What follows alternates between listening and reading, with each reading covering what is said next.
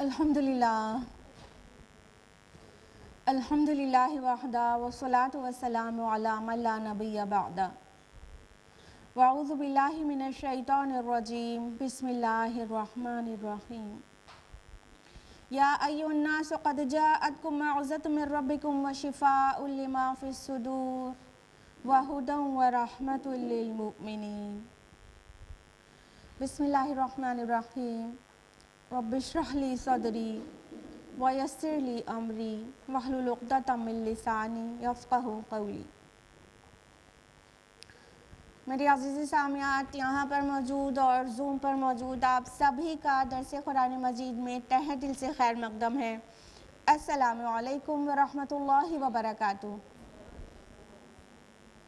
کیسے آپ سبھی لوگ؟ زوم والے کچھ بولیں گے اور ہم سن نہیں پائیں گے، لیکن ہمارے تقویٰ میں جو لوگ بیٹھے ہیں ان کا جواب ہمیں مل گیا ہے، وہ کہہ رہے ہیں الحمدللہ۔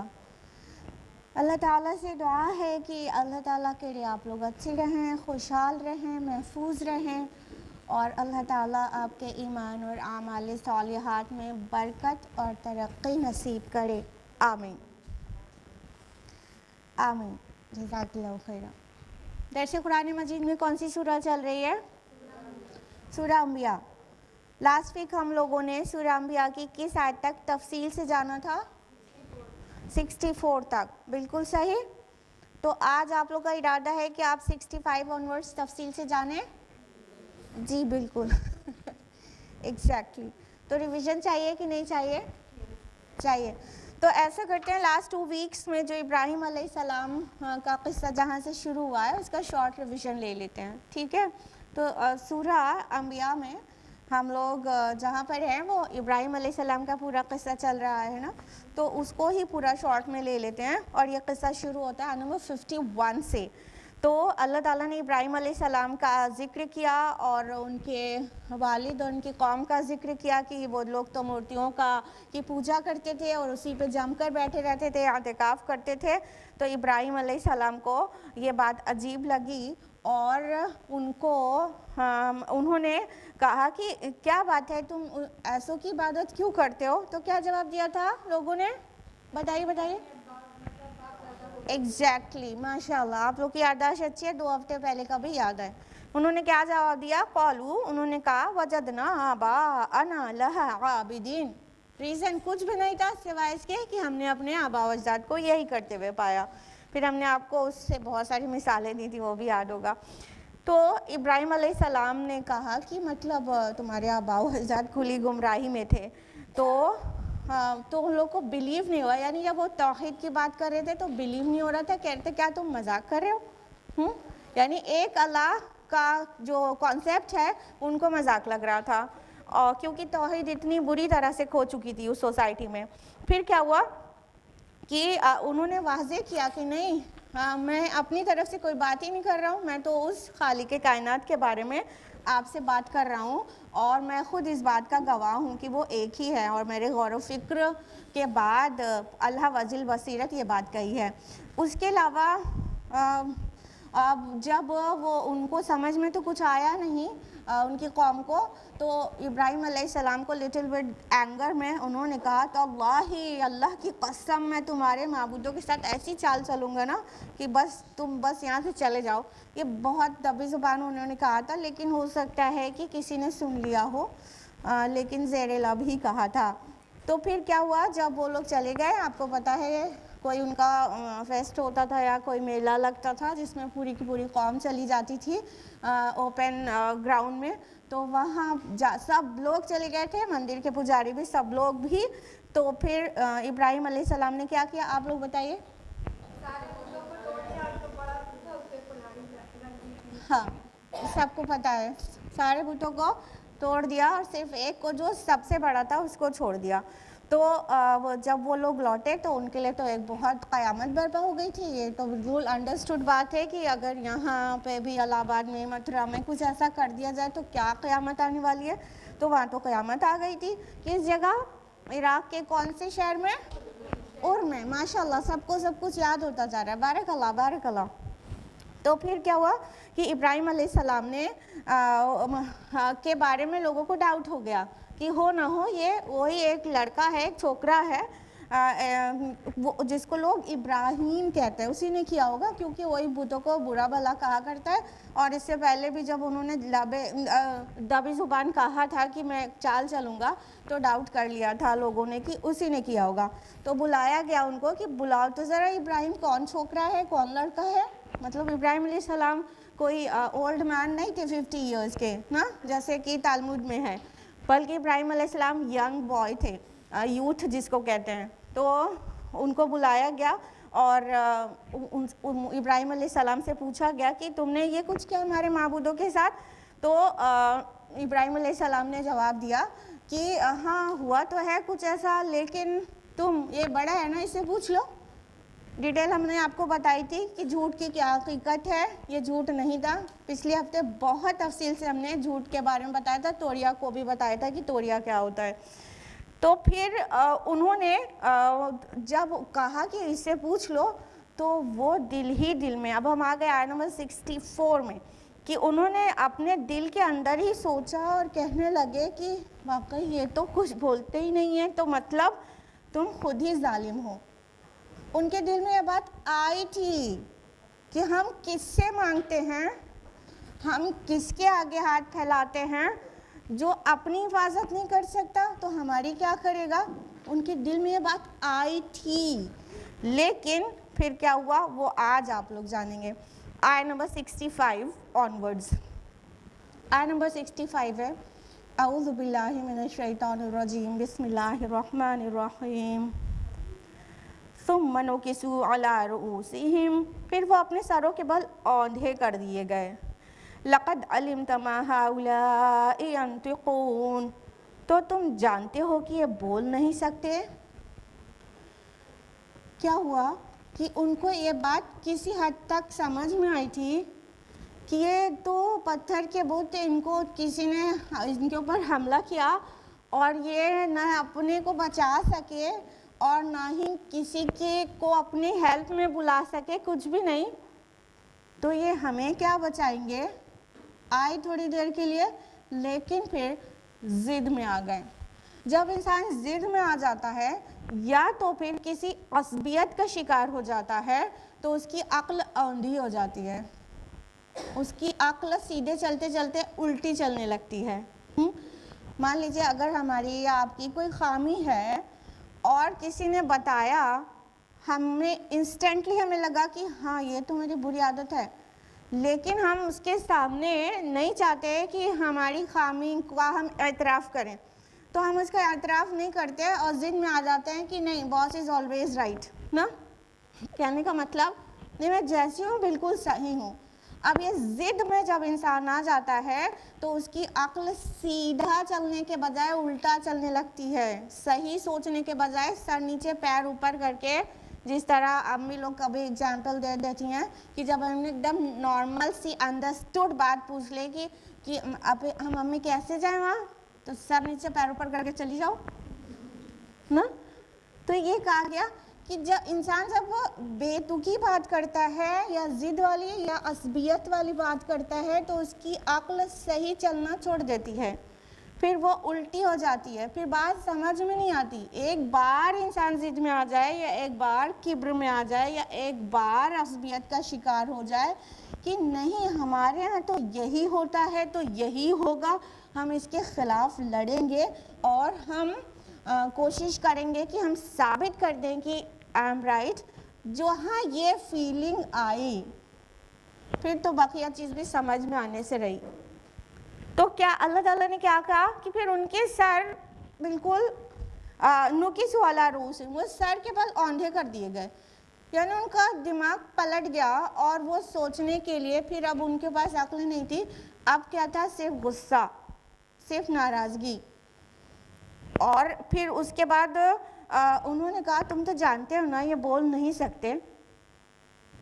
تو اس کے بعد اچھا کچھ مفسرین نے ایسا بھی اس کو ٹرانسلیٹ کیا ہے کہ یہاں تم نکسوا علی رؤوسہم، اس کا مطلب سر جھکا دیا، تو یہ جو مطلب لیس اپروپریٹ ترجمہ ہے کہ پھر سر جھکا دیا، ورنہ جب جو یہ کہہ رہے ہیں اس کا مطلب ہوا کہ ہاں جب اپنی غلطی سمجھ آ گئی تو سر تو جھک گیا، شرمندہ ہو گئے کہ ہم ایسے کی عبادت کرتے ہیں جو خود اپنی حفاظت نہیں کر سکا۔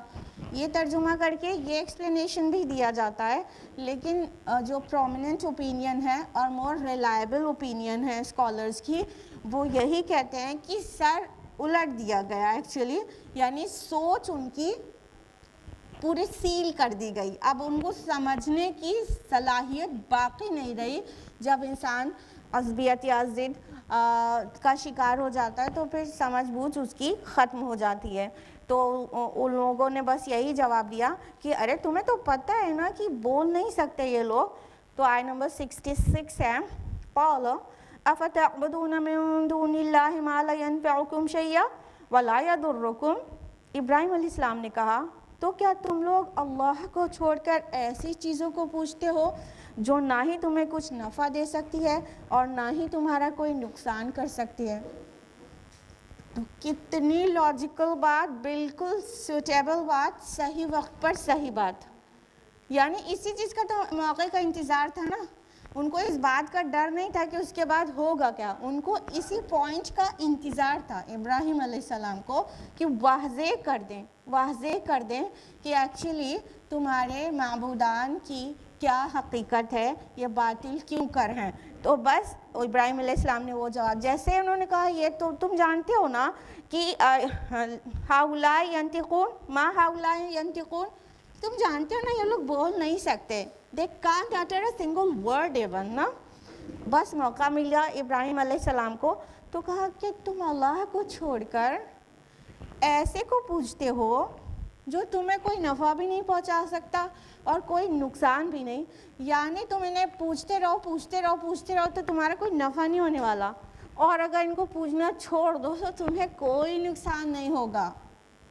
اور بہت طرح سے سمجھ سکتے ہیں کہ کوئی تم نفع کی ان سے دعا کرو تو پورا نہیں کر سکتے تمہاری دعا کو پہنچ نہیں سکتے، ان کے کان نہیں ہیں، یہ سنتے نہیں ہیں، یہ تو پتھر کے ہیں۔ ہاں، اور اگر تم سوچتے ہو کہ اگر ان کی شان میں کچھ گڑبڑی کر دو گے تو ناراض ہو جائیں گے تو تمہارا نقصان کر دیں گے، تو نہیں، یہ نفع اور نقصان دونوں تمہارا نہیں کر سکتے۔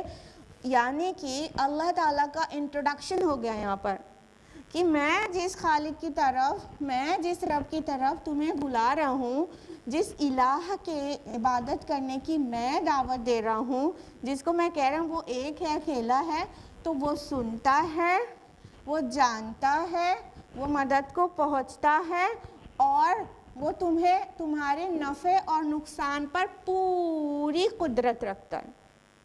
یعنی اس کا الٹا بھی تو سمجھیں گے نا کہ تم ایسے کو پوج رہے ہو جو نہ تمہارا نفع کرے نہ نقصان، تو پھر اللہ تعالیٰ کا اس سے بالکل کنٹراسٹ جو ڈیفینیشن ہوئی وہ معبود حقیقی کی ہوئی، یہ باطل معبود کی حقیقت، وہ حقیقت ہے، ان کی ڈیفینیشن ہے یا ان کی ڈیٹیل ہے۔ تو اللہ تعالیٰ کے بارے میں کیا ہوا، مطلب کہ وہ تمہارے نفع اور نقصان کا پوری طرح سے قدرت رکھتا ہے۔ یعنی تم بولتے ہو، دعائیں کرتے ہو تو وہ سنتا ہے، تمہاری دعاؤں کو پہنچتا ہے، تم اپنے رزق میں برکت مانگتے ہو، اللہ کو منظور ہوتا ہے تو وہی دیتا ہے، اور تمہارے پاس جو کچھ ہے سب اللہ کا ہی دیا ہوا ہے۔ اور اگر اللہ کو ناراض کر دو تو تم کو پوری دنیا مل کے اس نقصان سے نہیں بچا سکتی جو اللہ اپنی ناراضگی میں تم کو پہنچانا چاہتا ہے۔ تو نفع اور نقصان کا اختیار کلی طور پر اللہ تعالیٰ کو ہے، تو چاہے یہ کھڑے بت ہو چاہے وہ پڑے بت ہو۔ اب آپ سمجھ ہی گئے ہم کیا کہہ رہے ہیں، وہ نہ نفع پہنچا سکتے ہیں اور نہ ہی نقصان پہنچا سکتے ہیں۔ انسان سوچتا ہے کہ ان کی شان میں کچھ گڑبڑی ہو گئی تو وہ ہمارے گھر میں ابھی یہ دیگ چڑھتی آئی ہے فلاں کی رضا کے لیے غیر اللہ کی، اور اگر ہم نے اب کی بار دیگ نہیں چڑھائی تو کہیں میرا بچہ نہ مر جائے، تو کہیں ہمارے رزق میں تنگی نہ ہو جائے، تو کہیں یہ نقصان نہ ہو جائے، تو کیا قرآن کی یہ آیات کافی نہیں؟ ہم وہیں تک اٹکے رہیں گے کیا؟ کہ نہیں یہ ابراہیم علیہ السلام کے بتوں کے بارے میں کہا گیا تھا، یہ سبھی غیر اللہ کے بارے میں، معبودان باطل کے بارے میں کہا گیا تھا نا، ہر اس کے لیے کہا گیا تھا جس کو اللہ کے علاوہ چھوڑ کر کسی کو بھی پکارا جاتا ہے تو وہ نہ نفع کا مالک ہے اور وہ نقصان کا مالک ہے۔ نفع اور نقصان کا مالک کون ہے؟ صرف اللہ ہے۔ اللہ توفیق دے کہ ہمارے عقائد اور ہمارے اعمال کی اصلاح ہو جائے۔ آیت نمبر 67 ہے، اُفٍّ لَکُمْ وَلِمَا تَعْبُدُونَ مِن دُونِ اللَّهِ أَفَلَا تَعْقِلُونَ۔ تف ہے تم پر بھی اور اس پر بھی جنہیں تم اللہ کو چھوڑ کر پوجتے ہو، تو کیا تم عقل سے کام نہیں لیتے؟ یہ اف جو ورڈ ہے جس کو اردو میں کہا گیا تف ہے تم پر، یہ اف یہ ورڈ ہے، یہ کیا ہے؟ Expression of ugliness, expression of disgust. جب کوئی چیز گندی، ان پلیزنٹ، کراہت والی ظاہر کرنی ہوتی ہے تو انسان کہتا ہے اف۔ تو یہ ایک کائنڈ آف ایکسپریشن ہے جو شو کرتا ہے کہ دس از سم تھنگ ڈسگسٹنگ، یہ بالکل کراہت والی اور بیزاری والی چیز ہے، تو ایسے وقت میں انسان کہتا ہے اف۔ تو ابراہیم علیہ السلام نے کیا کہا؟ مطلب بیزاری کا اظہار کیا، ڈسگسٹ کا اظہار کیا، انہوں نے کہا تف ہے تم پر، تم پر بھی اور انہیں بھی، ان پر بھی جن کو تم اللہ تعالیٰ کو چھوڑ کر پوجتے ہو، تو کیا تم لوگ عقل سے کام نہیں لیتے؟ تمہارے عقلیں نہیں ہیں، تمہارے سر میں اللہ کا دیا ہوا برین نہیں ہے، تم اس سے کام لے کر نہیں سوچتے؟ افلا تعقلون بہت قرآن نے ریپیٹ کیا ہے، یعنی قرآن اور اسلام اس چیز کو انکریج کرتا ہے کہ ہم عقل سے کام لیں، اور باقی جو لوگ اندھی تقلید کرتے ہیں وہ اپنی عقل سے کام نہیں لیتے، وہ اپنے فور فادر ان سے بھی پہلے جو چلتا چلا آ رہا ہے ان کی عقل سے کام لیتے ہیں، انہوں نے جو غلط صحیح طریقہ رائج کر دیا تو وہ اس کو فالو کرنے لگے اور اپنی عقل نہیں لگاتے۔ جب قرآن بار بار ہم سے کویسچن کرتا ہے افلا تعقلون، کیا تم عقل سے کام نہیں لیتے، تو ہمیں سوچنا نہیں چاہیے ہمارے گھر میں، ہماری سوسائٹی میں جو بھی غلط طریقے رائج ہیں اس کو اپنی عقل سے سوچیں۔ یہ آرگیومنٹ کہاں تک صحیح ہے؟ امی کو کرتے ہوئے دیکھا تھا اس لیے کر رہے ہیں، اب تیل گر گیا تو کیا ہو جائے گا؟ اشبھ ہو جائے گا۔ اب میرر کریک ہو گیا تو اس میں چہرہ مت دیکھو، قسمت پھوٹ جائے گی۔ اور کیا کہا جاتا ہے؟ جھاڑو کھڑی کر کے مت رکھو، رات میں جھاڑو مت لگاؤ، رات میں ناخن مت کاٹو۔ کیوں بھیا؟ کیونکہ امی نے کہا تھا۔ امی کا سر اور برین الگ اور آپ کا سر اور برین الگ ہے کہ نہیں ہے؟ افلا تعقلون، کیا تم عقل سے کام نہیں لیتے؟ ہاتھوں برہانکم، اپنا ثبوت پیش کرو، ان کنتم صادقین، اگر تم سچے ہو تو امی ہو چاہے ساس ہو ان سے کہیے۔ سورہ بقرہ سورہ نمبر 2 آیت نمبر 111 میں اللہ تعالیٰ کہتا ہے ہاتھوں برہانکم، ارے تیل گر گیا اشبھ کیسے ہو جائے گا؟ اپنا ثبوت دو اگر تم سچے ہو۔ پیار سے، اچھا، زیادہ امی سے لڑنے کی ضرورت نہیں ہے، ٹھیک ہے، حکمت سے، تو اپنے عقل سے کام لینا چاہیے۔ تو ابراہیم علیہ السلام نے ایسا کہا۔ اب یہاں پہ دیکھیں ایک لٹل بٹ سختی کا جملہ محسوس ہو رہا ہے نا، تو کبھی جب اڑیل لوگ سمجھانے سے، تفہیم سے، افہام سے بات نہ سمجھے تو ایک ہلکی سی سختی کی جا سکتی ہے، لیکن it depends on the situation، ٹھیک ہے؟ ایک طرف ہم لوگوں نے سورہ طٰہٰ میں یہ جانا کہ اللہ تعالیٰ موسٹ ٹائرنٹ کنگ فیرو یعنی فرعون کے سامنے موسیٰ علیہ السلام کو بھیج رہے ہیں، تو کہہ رہے ہیں اس سے نرمی سے بات کرنا، لین ورڈ آیا نا، اس سے نرمی سے بات کرنا شاید کہ وہ سمجھے۔ اور یہاں پر ابراہیم علیہ السلام تھوڑا سخت جملہ یوز کر رہے ہیں، تو یہ ڈیپینڈ کرے گا سچویشن پر اب وہ وہاں پر رولر ہے فرعون، ٹھیک ہے، اور پوری اس کے دربار میں دعوت دی جانی ہے، وہاں پہ کچھ سخت جملہ بول دیا جائے تو بہت انسلٹنگ ہو جائے گا، اور پھر ماننا بھی ہو تو انسان ضد میں اور غصے میں نہیں مانے گا۔ یہاں پہ کیا سچویشن ہے، ابراہیم علیہ السلام ابھی ان کو پروفٹ اور ظاہر کا ہوا، ابھی وہ نبی نہیں ہے، ابھی وہ رسول نہیں ہے، صرف 15 16 17 سال کے لڑکے ہیں، ٹھیک ہے، یہ یاد رہے، تلمود والا نہیں۔ یہ تلمود کو بار بار کیوں ریپیٹ کر رہے ہیں، کیونکہ وہاں پر مینشنڈ ہے تلمود میں کہ ابراہیم علیہ السلام، جب یہ والا واقعہ بائبل میں تو کہیں ہے نہیں، تورات میں اس کے بعد سے ہے، ان کی ہجرت سے ہے، ہجرت کے پہلے والا عراق اور ار میں جو کچھ ہوا تھا وہ کچھ بھی نہیں ہے بائبل میں، یعنی تورات میں، اولڈ ٹیسٹمنٹ میں۔ تلمود میں ملتا ہے، لیکن تلمود میں کیا ملتا ہے، یہ کچھ ہوا تھا جب ابراہیم علیہ السلام 50 سال کے تھے، اور یہ کچھ میں بھی اتنی عجیب اسٹوری ہے کہ انبیلیویبل ہے، بہت بہت عجیب، نبی کی شان میں گستاخی کی حد تک ہے کہ انہوں نے اپنی سگی بھتیجی سارہ سے نکاح کر لیا تھا، استغفر اللہ، اتنا انبیاء کے اوپر بہتان بازی کی گئی ہے تورات میں، ٹھیک ہے، اور تلمود میں بھی۔ تو وہاں پر یہ چیز ہے کہ 50 سال کے تھے تب ہوا تھا، نہیں، قرآن نے اس کو واضح کیا ہے کہ وہ تو بالکل لڑکے سے تھے، اور عراق میں، ار میں، بیبلونیا میں، جو ان کا ٹاؤن تھا ار، وہاں کا یہ واقعہ ہے، اور اس وقت ان کو ظہور نبوت نہیں ہوا تھا۔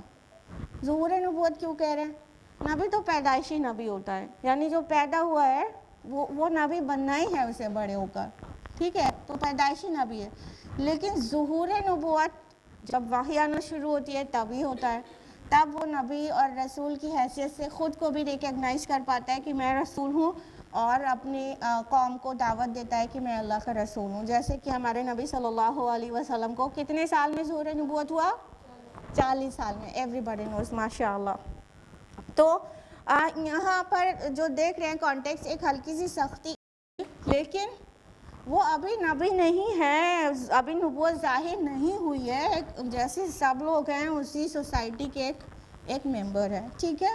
تو ایک لٹل بٹ انہوں نے ہارشلی کہا کہ اف لکم، تم پر تف ہے، اور تمہارے معبودان باطلوں پر بھی، اور کیا تم عقل سے کام نہیں لیتے۔ آیت نمبر 68 ہے، قالوا حرقوه وانصروا آلہتکم ان کنتم فاعلین، انہوں نے کہا جلا ڈالو اسے اور مدد کرو اپنے معبودوں کی اگر تم کو کچھ کرنا ہی ہے۔ اللہ اکبر۔ اب انہوں نے ان سے کچھ نہیں بن پڑا تو غصے میں آ گئے۔ جب انسان ضد میں آ جاتا ہے تو پھر غصے سے ہی کام لیتا ہے۔ جب انسان عصبیت میں آ جاتا ہے، ارے ہمارے آبا و اجداد صدیوں سے کر رہے ہیں، یہی بتوں کو پوج رہے ہیں، انہی سے مانگتے ہیں، انہی کے آگے چڑھاوے چڑھاتے ہیں، اور یہ کہہ رہے ہیں غلط ہے، تو یہ 4 دن کا چھوکرا یہ کہہ رہا ہے، تو اب کیا کرو، حرقوہ، جلا ڈالو اس کو۔ تحریق کا مطلب ہوتا ہے برننگ، ہا را قاف سے ہے، جس کا مطلب جلانا بھی ہوتا ہے، انتقام لینا بھی ہوتا ہے، تو کہا اس کو جلا ہی ڈالو۔ اور اس دور میں مجرم کو جلا کر مار ڈالنے کی سزا دیا جانا کامن تھا، ان اقوام میں، ان کے کلچر میں مجرم کو جلا کے مار دینے کی سزا دینا یہ کامن تھا۔ تو ان لوگوں نے بھی کہا کہ ابراہیم کو جلا ڈالو۔ اب دیکھیے یہ اس کی جو سائیکالوجی ہے وہ کیا ہے کہ ایک بات کو پیش کر رہے ہیں، سمجھ میں آئی تھی، پھر اس کے بعد ضد میں آ گئے، انا میں آ گئے کہ نہیں، ہمارے کیا ہم اپنے آبا و اجداد کو بھی غلط ہی مان لیں گے، اتنے سالوں سے، اتنے صدیوں سے یہ اتارے سب غلط تھے، اب یہ انا ہے، یہ ضد ہے۔ اب ضد میں آ گئے تو نہیں ماننا ہے، نہیں ماننا ہے تو پھر اب اس کا جواب غصے سے دینا ہے، اور کیسے دینا ہے، غصے سے دینا ہے۔ اب غصے سے دینا ہے تو کیا ہے، سامنے والے کو اگر معصوم بھی ہے تو اسے پنش کرنا ہے۔ فرحت ہاشمی میڈم کہتی ہیں کہ اب مائیں بھی اپنی معصوم بچوں کو جو مارتی ہیں وہ بھی اس کا ہی ایک شکل ہے. بچہ اگر 2-3 سال کا ہے، 6 مہینے کے بچوں کو بھی کوئی مارنے لگتا ہے. 2-3 سال کا بچہ 4 سال کا وہ تو سمجھ بھی نہیں سکتا نا کہ کیوں مارا جا رہا ہے اسے. تو مار کے کیا ملا؟ یہ تو ظلم ہے. ہاں یہ تو ظلم ہے. کیا ہے؟ بچہ کچھ کر رہا ہے، اسے پتہ نہیں، وہ اتنا چھوٹا ہے، اسے سمجھ ہی نہیں ہے کہ ایسے نہیں کرنا تھا، ایسے نہیں بگاڑنا تھا. اب آپ نے پورا اپنا کاسمیٹکس جو ہے اپنے ڈریسنگ ٹیبل پہ سجایا ہوا ہے اور بچے نے سب پلٹ دیا، پورا پاؤڈر آپ کا گرا دیا اور لپسٹک پورا پھیلا دیا اور پورا آپ کا کاسمیٹکس خراب کر دیا. اب آپ ایک دم آگ بگھلا ہو گئی جبکہ وہ بچہ صرف 2.5 سال کا ہے. اسے نہیں پتا تھا یہ نہیں کرنا چاہیے تھا لیکن آپ کو غصہ آ گیا. اس کو پتہ بھی نہیں ہے کہ مار کیوں رہے ہیں اس کو، لیکن آپ نے پیٹ کر رکھ دیا. یہ ظلم کیا کیونکہ اسے سمجھ ہی نہیں تھی ایسا نہیں کرنا تھا، اور آپ کے مارنے سے بھی ایون اسے سمجھ نہیں آیا کہ ہمیں مارا کیوں گیا، اور آپ کو پتہ ہے کہ اگلی بار وہ پھر ہوتا ہی ہے. تو مارنا ظلم نہیں ہوا کیا؟ وہی کیا تھا ان لوگوں نے. سمجھنا تو ان کو تھا نہیں، تو پھر کیا کیا؟ ظالمانہ فیصلہ کیا کہ کچھ نہیں، اب اس کو جلا ڈالو اور اس کو آگ میں ڈال دو. اسرائیلی روایات میں آتا ہے کہ 5 گز دوری میں لکڑی کا الاؤ جلایا گیا تھا. کہا جاتا ہے کہ پوری قوم نے لکڑیاں چنی تھیں اور لا کے اس میں مطلب اکٹھا کی تھی اس آگ کے الاؤ کو جلانے کے لیے، انکلوڈنگ ہز فادر. ابراہیم علیہ السلام کے والد بھی اس میں تھے. تورات میں تو تاریخ نام آتا ہے اور قرآن آزر کہتا ہے. ٹھیک ہے، تو آزر کو کچھ لوگ کہتے ہیں والد تھے اور کچھ لوگ اس کو تعویلات دے کر کہ وہاں پہ تاریخ ہے تو کہتے ہیں نہیں آزر چچا تھے. ہم کو نہیں لگتا کہ غیر ضروری تعویلات یا اسرائیلی روایات پہ رلائی کر کے ہمیں زبردستی تعویل دینا چاہیے. بہرحال یہ زیادہ پرومیننٹ اوپینین ہے کہ آزر ان کے والد ہی تھے. تو وہ جو والد تھا ابراہیم علیہ السلام کا، اس نے بھی لکڑیاں چن چن کے جمع کی تھی اپنے ہی بیٹے کو برن کرنے کے لیے. تو اور بہت سارے مطلب اتنا بڑا الاؤ جلایا گیا تھا. صرف الاؤ نہیں جلایا گیا تھا، بہت بڑی بھٹی کی تعمیر کی گئی تھی. اگر آپ پڑھیں سورہ صافات سورہ نمبر 37 آیت نمبر 97 تو اس میں ہے کہ بناؤ اس کے لیے ایک عمارت اور اس میں ڈال دو اس کو اور جلا دو. تو پوری بھٹی بنائی گئی تھی، بہت بڑی، بہت ہیوج. اب اس بھٹی میں اتنی جو ہفتوں سے آگ دہکائی جا رہی ہو وہ کتنی تیز ہوگی، اس کے قریب جانا بھی محال ہوگا. تو ڈالا کیسے جائے؟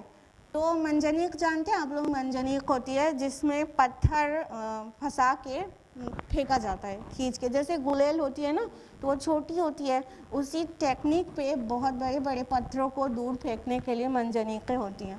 تو وہ جو منجنیق سے ایک چٹان پر چڑھ کر یا کسی عمارت پر چڑھ کر، اونچائی پر چڑھ کر ابراہیم علیہ السلام کو منجنیق سے پھنسا کر اس میں الاؤ میں اس بھٹی کے اندر پھینکا گیا. مطلب وہ ایسی آگ نہیں تھی کہ چھوٹی سی، مطلب پہلے ان کو بیٹھایا گیا اور وہاں پہ اس کے اگل بگل لکڑیاں رکھ دی گئیں اور آگ لگا دیا گیا. یہ ایک بہت بڑی آگ تھی اور بہت بڑی بھٹی تھی جس پہ منجنیق سے مطلب ان کو پھینکا گیا تھا دور سے، کیونکہ قریب ہی کون جا پائے گا اتنی تیز آگ کے. تو اس طرح سے ابراہیم علیہ السلام کے متعلق انہوں نے ظالمانہ فیصلہ کیا ان کی قوم نے کہ کچھ سمجھ نہیں آیا. دماغ تو ان کا اوندھا ہی ہو گیا تھا، سمجھنے کے لیے کچھ تیار نہیں تھے. تو بس یہی سمجھ آیا کہ ایسا کرو، یہ اتنا سا لڑکا اور ہم کو چلائے سکھانے کے لیے، اب اس کو جلا ڈالو. اور ان کے والد خود بھی نمرود کے ساتھ ملے ہوئے. بتائیے، حد ہے نا. والد نے خود مل کر اپنے بیٹے کے لیے یہی فیصلہ پسند کیا کہ بیٹے کو جلا دیا جائے آگ میں. پھر کیا ہوا؟ آیت نمبر 69 جو کہ بہت پیاری اور بہت دل کو چھونے والی آیت ہے. قلنا تو ہم نے کہا یا نارو اے آگ کونی بردا ٹھنڈی ہو جا وسلامن اور سلامتی بن جا علی ابراہیم ابراہیم پر. اللہ تعالیٰ نے کس کو ایڈریس کیا؟ دھیان دیجیے گا. قلنا یا نارو کونی بردم وسلامن علی ابراہیم. ہم نے کہا، اللہ تعالیٰ کہہ رہے ہم نے کہا اے آگ ٹھنڈی ہو جا، اور خالی ٹھنڈی نہ ہو جا، سلامتی بن جا ابراہیم پر. اللہ تعالیٰ نے یہ نہیں کہا کہ ابراہیم تم کو ہم بچا رہے ہیں تم بچ جاؤ گے، نہیں. اللہ تعالیٰ نے آگ کے خالق نے آگ کو ایڈریس کیا اور کہا اے آگ تو ٹھنڈی ہو جا، صرف ٹھنڈی نہ ہو جا، ایسی سلامتی بن جا میرے پیارے بندے ابراہیم پر کہ وہ جوائے فیل کرے. کہا جاتا ہے کہ ابراہیم علیہ السلام نے وہاں پر جو جوائے اور پیس محسوس کیا ہے اس کے اندر جانے کے بعد، وہ انہوں نے لائف میں کبھی ٹیسٹ نہیں کیا تھا. He enjoyed the fire. آگ ٹھنڈی ہو گئی اور ان پر سلامتی بن گئی. اب زیادہ عقل رکھنے والے لوگ یہ کہتے ہیں کہ کچھ تو کہیں گے کیسے ہو سکتا ہے، آگ کا کام ہے جلانا، اور وہ ٹھنڈی کیسے ہو سکتی ہے، اور وہ سیف کیسے ہو سکتے ہیں، یعنی ڈاؤٹ. دوسرے لوگ جو ایمان رکھتے ہیں لیکن ان کو یہ معجزاتی پہلو سمجھ میں نہیں آتے، خرق عادت چیزیں انہیں سمجھ میں نہیں آتی. ریزن یہ دیتے ہیں روشن خیال انورٹڈ کامرس لوگ کہ اس سے دوسرے لوگ کو سیٹسفائی نہیں کر سکتے، تو ان کو سیٹسفائی کرنے کے لیے وہ اس کا کوئی نہ کوئی تعویل اس کو دے دیتے ہیں، کوئی ریزن بنا کے کچھ بھی کر کے دے دیتے ہیں. جیسے کہ موسیٰ علیہ السلام کو بچانے کے لیے اللہ تعالیٰ نے معجزہ ظاہر کیا تھا، ہاں، کہ عصا کو مارو اور دریا پھٹ جائے گا، اور نکل گئے. تو کچھ روشن خیال لوگ انورٹڈ کامرس مسلمانوں کی بات کر رہے ہیں، کہتے نہیں نام نہیں لے رہے نا، نہیں، یہ ایکچولی ہائی ٹائیڈ لو ٹائیڈ کا ایفیکٹ تھا. اب لو ٹائیڈ میں موسیٰ علیہ السلام بیچ میں راستہ بن گیا تھا، موسیٰ علیہ السلام اور آرمی نکل گئی تھی، ان کے بنی اسرائیل نکل گیا تھا، اور جب فرعون اور اس کا لشکر آیا تھا تو ہائی ٹائیڈ ہو گیا تھا.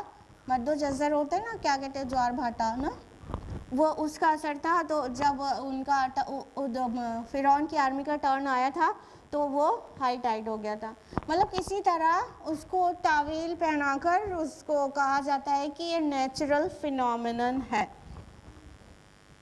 اب ہم لوگوں کو سمجھنے کی بات یہ ہے کہ اللہ تعالیٰ نے یقیناً کچھ فزیکل لاز بنائے ہیں، اور وہ ہے سسٹم میں، وہ کام اسی وے میں کرتے ہیں جس طرح اللہ تعالیٰ نے انہیں حکم دیا ہے.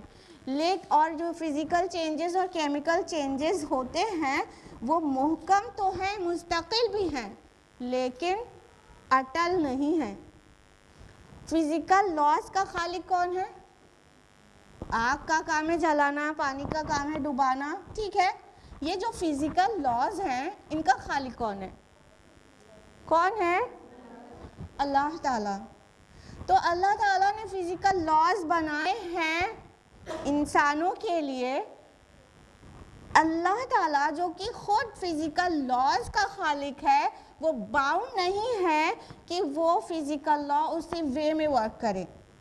مطلب عام طور پر جو فزیکل چینجز، کیمیکل چینجز ہوں گے، اگر یہ محکم اور مستقل نہ ہوتے فزیکل لاز تو کیا ہوتا؟ There would be no science, no technology, nothing, no development would be there. نا بھائی، جب ہر ایک چیز اپنے فزیکل لا پہ کام کرے گی تبھی تو سائنس ٹیکنالوجی اس کے اوپر اس کی عمارتیں کھڑی ہوں گی. اب روز تبدیل ہو جائے، یعنی آگ کبھی جلائے اور کبھی نہ جلائے، پانی کبھی ڈبائے اور کبھی نہ ڈبائے، ہاں، اور لوہا کبھی thousands of degree centigrade پر میلٹ ہوتا ہے، کبھی 5 ڈگری پہ میلٹ ہو جائے. اگر یہ ساری چیزیں بہت ایسی فلکچویٹنگ ہوتی تو پھر کیا سائنس ٹیکنالوجی کا تو نام ہی نہیں ہوتا دنیا میں. سمجھ پا رہے ہیں ہم کیا کہنا چاہ رہے ہیں؟ یا ہمیں یہ کہنا چاہیے ہم سمجھا پا رہے ہیں کیا پوائنٹ کلیئر کرنا چاہ رہے ہیں؟ تو دس از ٹرو کہ فزیکل لاز جو ہیں وہ مستقل ہیں، محکم ہیں، لیکن یہ طبعی قانون یہ اٹل نہیں ہے. اللہ تعالیٰ نے آگ میں جلانے کی تاثیر دی ہے، لیکن جب اللہ تعالیٰ ہی چاہتا ہے تو وہ آگ نہیں جلاتی. اللہ تعالیٰ نے ہی پانی میں ڈبانے کی تاثیر دی ہے، لیکن جب اللہ تعالیٰ ہی چاہتا ہے تو اس کی مجال نہیں ہے کہ وہ ڈبا دے. تو آگ جلا نہیں سکتی اگر اللہ نہ چاہے، پانی ڈبا نہیں سکتا اگر اللہ نہ چاہے. حضرت عبد القادر جیلانی رحمہ اللہ کے نام کی ڈیگیں چڑھائی جاتی ہیں، تو ہمیں یہ پتہ ہونا چاہیے کہ ان کی توحید کیسی تھی اور کتنے بڑے موحد تھے وہ. حضرت عبد القادر جیلانی رحمہ اللہ نے اپنے بیٹے کو نصیحت کی تھی، وصیت کی تھی، لا فاعل فی الحقیقت ولا مؤثر الا اللہ. اے میرے بچے یاد رکھنا، کوئی بھی فاعل حقیقی نہیں ہے، کوئی بھی مؤثر حقیقی نہیں ہے سوائے اللہ کے. یعنی چیزوں میں جو تاثیر ہے نا وہ اللہ کی دی ہوئی ہے، اللہ کی بنائی ہوئی ہے. وہ اپنے آپ الٹپ کام نہیں کر رہی ہے جیسے ہم ماڈرن ایرا میں نیچر کیا کرتے ہیں. یہ نیچرل پروسیس ہے، یہ نیچر ہے جو سب کو چلا رہی ہے، یہ نیچر ہے. نیچر یہ اللہ ہے، یہ اللہ ہے جس نے چیزوں میں تاثیر دی ہے. تو جب اللہ تعالیٰ نہیں چاہتے تو وہ تاثیر کو لے لیتے ہیں اور بس اتنی دیر کے لیے لے لیتے ہیں جتنی دیر کے لیے اللہ تعالیٰ خود چاہتے ہیں.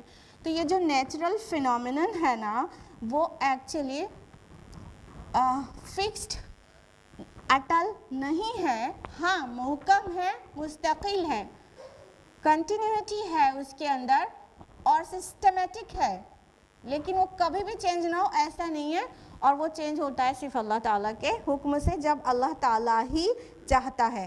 تو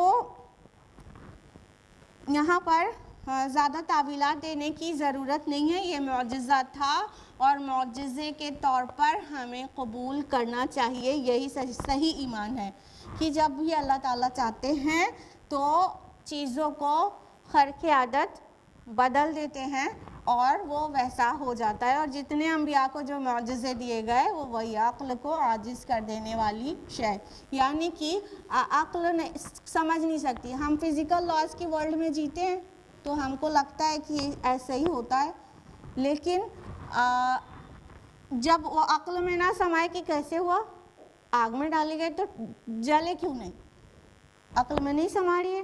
کیسے سمندر میں راستہ بن گیا، عقل میں نہیں سما رہی ہے. کیسے مادرزاد اندھا اور کوڑی ایک منٹ 1 سیکنڈ میں شفایاب ہو گیا، عقل میں نہیں سما. اسی کو تو معجزہ کہتے ہیں، عقل کو عاجز کر دینے والی شے معجزہ کہتے ہیں. تو یہ ایکچولی معجزہ تھا. تو ابراہیم علیہ السلام فرینڈ آف اللہ ہیں، اور وہ جب نبی نہیں تھے تب بھی فرینڈ ہی تھے اللہ کے. اور ان کو اللہ تعالیٰ نے اس طرح سے سیو کیا کہ اللہ تعالیٰ نے ان کو اتنی بڑی آگ سے بچا لیا اور وہ بالکل محفوظ اس میں گھوم ٹہل رہے تھے. اور صرف وہ ٹھنڈی ہی نہیں ہو گئی تھی آگ، بلکہ سلامتی بن گئی تھی. تو وہ پیس اور کنٹینٹمنٹ اور جوائے جو انہوں نے وہاں فیل کیا، کہتے ہیں کہ وہ کبھی اور کہیں نہیں فیل کیا تھا. آیت نمبر 70. وَأَرَادُوا بِهِ كَيْدًا، اور انہوں نے ارادہ کیا اس کے ساتھ ایک چال چلنے کا. فَجَعَلْنَاهُمُ الْأَخْسَرِينَ، لیکن ہم نے انہی کو کر دیا خسارہ اٹھانے والے. اب یوزولی لوگ سمجھتے ہیں چال چلنے کا یہی چال کہ اس کو مار ڈالا جائے، لیکن ڈاکٹر اسرار صاحب اس سے مطمئن نہیں ہے، اور وہ عرصے دراز تک سوچتے رہے، اس آیت پر غور و فکر کرتے رہے، کون سی چال چلی اور کس چال میں وہی خسارے میں پڑ گئے، کون سی چال. Finally he got to know کہ یہ چال کچھ اور نہیں، یہ تھی کہ ان کو جلانے کا کوئی ارادہ نہیں تھا، ڈرانے کا ارادہ تھا. وہ سوچ رہے تھے یہ سارا سین کریٹ کیا جائے گا تو ابھی ان کا سوری آ جائے گا، اور ٹھیک ہے میری توبہ، میں آج کے بعد کبھی نہیں کہوں گا، یہ سب اگل کے رکھ دے گا انکلوڈنگ ہز فادر نا. اپنے بیٹے کو جلانے کی سوچنے کے بجائے وہ سب مل کر یہی چال چل رہے ہوں گے کہ ایسا ہے، یہ کہہ دیتے ہیں تمہیں جلا دیا جائے گا اتنی بڑی آگ میں، تو ابھی سرنڈر ہو جائیں گے اور سارے توحید کا بخار اتر جائے گا اور کہہ دیں گے اچھا ٹھیک ہے آج کے بعد میں نہیں کہوں گا کہ ایک اللہ کی عبادت کرو. تو یہ چال چلی تھی انہوں نے، اور اس چال کے ساتھ یہ مطلب آخر تک یہ سوچتے رہے ہوں گے کہ ابھی بھی یہ سرنڈر ہو جائے گا، لڑکا ہے ابھی بھی سرنڈر ہو جائے گا. لیکن کیا ہوا؟ ایسا نہیں ہوا نا. بے خطر کود پڑا آتش نمرود میں عشق، عقل ہے محو تماشائے لب بام ابھی. ابراہیم علیہ السلام نے یہ نہیں سوچا، مطلب دماغ میں ان کے یہ نہیں آیا کہ میں گرا تو جلوں گا، جلنے کے بعد کتنی تکلیف ہوگی، پوری سٹوری نتھنگ. وہ تو اللہ کی محبت میں ایسا ڈوبے ہوئے تھے اور ان کو اللہ پر ایسا توکل تھا کہ وہ تردد میں نہیں پڑے، نہ ڈرے، نہ گھبرائے، نہ سوری اور نہ ہی آئندہ کبھی نہیں. ان کو پتا تھا میرا اللہ میرا رب ہے، وہ میری حفاظت کرنے والا ہے.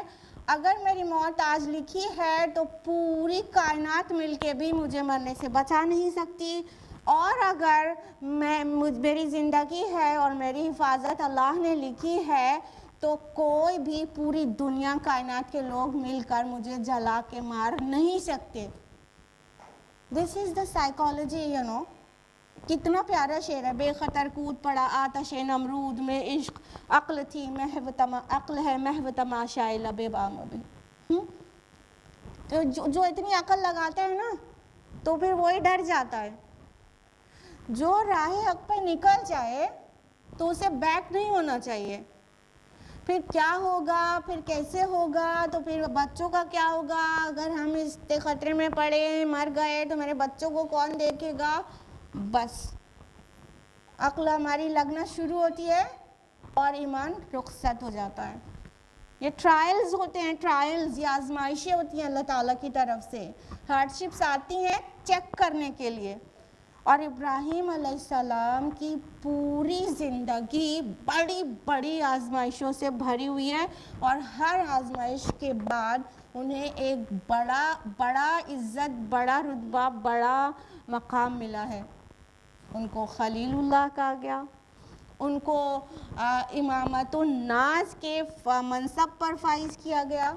اس سے پہلے قربانیاں تھی نا، اپنے بیٹے کو ذبح کرنے کا اشارہ ملا اور حاضر، آگ میں ڈالنے کا فیصلہ کیا گیا، تیار، اور بیٹے کو بے آب و گیا وادی میں دودھ پیتے بچے کو اور بیوی کو چھوڑ کے وہاں سے پلٹ جانے کا حکم کر دیا. اتنی دعاؤں کے بعد ملا بیٹا، بڑھاپے میں اس کو حوالے کر دیا، مکہ میں چھوڑ کے نکل گئے. جب اللہ تعالیٰ نے انہیں آزمایا وہ دم آزمائش میں کھرے اترے، کیونکہ ان کی سائیکالوجی کلیئر تھی، وہ اللہ تعالیٰ پر بھروسہ کرتے تھے. صحابہ کی سائیکالوجی بھی ایسے ہی نبیوں سے سیکھی ہوئی سائیکالوجی ہے نا، اپنے پیارے نبی صلی اللہ علیہ وسلم سے بھی اور دیگر انبیاء سے بھی. 313 صحابہ کیسے جیت گئے بدر میں، اللہ کے توکل پر. اور موسیٰ علیہ السلام کیسے پار ہو گئے اپنی پورے بنی اسرائیل کو لے کر؟ اللہ کے اوپر توکل کر کے. کچھ باتیں سمجھ میں نہیں آتی ظاہر میں، یعنی جو مینس ہے نا، مینس وہ جواب نہیں دے سکتے آپ کو، وہ جو ذرائع اسباب ہیں. اللہ پر توکل ہوتا ہے تو ہر منزل آسان ہو جاتی ہے، بس ہم ٹرائلز میں پٹ کیے جاتے ہیں، اور جب اس میں کامیاب ہو جاتے ہیں تو ریوارڈ ہمارا دنیا میں بھی انتظار کر رہا ہوتا ہے، صرف آخرت میں نہیں، دنیا میں بھی ریوارڈ ہمارا انتظار کر رہا ہوتا ہے. تو کسی نے بہت خوب ہی سمجھا ہے کہ اگر پریشانی اور مصیبت اپنی پیک پر ہے تو کبھی سرنڈر مت کرو، کبھی اسٹیپ بیک مت ہو، کیونکہ سمجھ جاؤ اب یہ پیک پر پہنچ گئی ہے تو اب خوشخبری کا دور آنے والا ہے، اس کے بعد ریوارڈ کا ٹائم ہے. تو جب پریشانیاں یا آزمائشیں پیک پر ہو تو بس وہ پیک پر تو پہنچ گئی نا، اب تو اس کے بعد آسانی آنے والی ہے نا. فَإِنَّ مَعَ الْعُسْرِ يُسْرًا إِنَّ مَعَ الْعُسْرِ يُسْرًا. سمجھنا چاہیے ہم لوگوں کو قرآن مجید میں پیش کی گئی سائیکالوجی، اور قرآن مجید میں ظاہر کیا گیا، بتایا گیا انبیاء علیہم السلام کا ایمان. تو یہ ایمان تھا ان کا. یہاں پر جو کہا گیا کہ انہوں نے ایک چال چلنے کا ارادہ کیا لیکن ہم نے انہی کو کر دیا خسارہ اٹھانے والے. فَجَعَلْنَاهُمُ الْأَخْسَرِينَ آیا ہے افعل کے وزن پر، اخسر یعنی سب سے زیادہ نقصان اٹھانے والے. بتائیے منہ کی کھا کر رہ گئے کہ نہیں؟ ایک بندے خدا کو چلے تھے آگ میں جلانے، انکلوڈنگ دا کنگ، اور پورا جو بادشاہ سمیت پوری قوم منہ کی کھا گئی کہ نہیں؟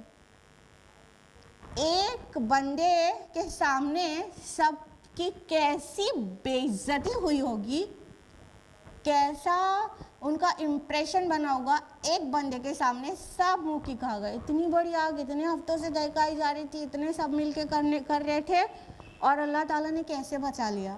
اب اتنے کلیئر سائنس کے بعد بھی حق کو نہ پہچان پائے تو کیا افلا تعقلون؟ تم عقل سے کام نہیں لیتے؟ عقل سے کام نہیں لیتے تو اس کے بعد بھی عقل سے کام کیوں نہیں لیا؟ وہی ضد اور وہی انا اور وہی عصبیت. نہیں، ہمارے خاندان، ہمارے گھر، ہمارے سوسائٹی، ہمارے آباء و اجداد تو انہی کو پوچھتے آئے تو ہم بھی انہی کو پوچھیں گے. یہ ہے انا اور عصبیت. پھر الٹا ہی ہو جاتی ہے عقل اور نہیں ساتھ دیتی، اور پھر کبھی سمجھ میں نہیں آتا، ہارٹس لاک ہو جاتے ہیں، سیل ہو جاتے ہیں، اور پھر ہدایت اندر داخل نہیں ہوتی. ہم لوگ سوچا کرتے ہیں کہ جب اللہ تعالیٰ چاہیں گے تو ہم کو ہدایت دے دیں گے. پہلے ہمیں اپنے دل کو اس انا اور عصبیت اور ضد سے پاک کرنا ہوگا تو اللہ تعالیٰ ہدایت دیں گے. اور اگر ہمارے اندر انا، ضد اور عصبیت ہے تو سمجھ لو کہ ہدایت کا راستہ ہم نے خود بند کیا ہے، ہم نے تالا لگا لیا ہے. اب ہدایت اندر داخل نہیں ہو سکتی، اور اللہ ٹھوس کر ہدایت نہیں دیتا. واللہ لا یہدی القوم الفاسقین. اللہ تعالیٰ فاسقوں کو ہدایت نہیں دیتا کہ ٹھوس ٹھاس کے ہدایت دے دیا جائے. نہیں، جب ہم ہدایت کے طالب ہوں گے تو ہدایت ملے گی. اڑ جائیں گے اپنے کو، چاہے صحیح ہو چاہے غلط، بس صحیح ہی سمجھیں گے تو عقل پلٹ جائے گی، سمجھ میں آنا بند ہو جائے گا، ہدایت اندر داخل ہونے کا گنجائش ختم ہو جائے گی. اللہم لا تجعلنا منہم. آمین. آیت نمبر 71. وَنَجَّيْنَاهُ وَلُوطًا إِلَى الْأَرْضِ الَّتِي بَارَكْنَا فِيهَا لِلْعَالَمِينَ. اور ہم ابراہیم کو اور لوط کو بچا کر اس سرزمین کی طرف نکال لے گئے جس میں ہم نے برکتیں رکھی ہیں سب جہاں والوں کے لیے. پھر کیا ہوا کہ جب منہ کی کھا گئے، جب کچھ بھی حاصل نہیں ہوا، اتنی بڑی سزا دینے کا پلان کیا، ڈرانے دھمکانے کا پلان کیا، کوئی بھی چیز حاصل وصول نہیں ہوئی، تو اب والد کے پاس بچا کیا تھا سوائے یہ کہنے کے کہ تم دور ہو جاؤ میری نظروں سے.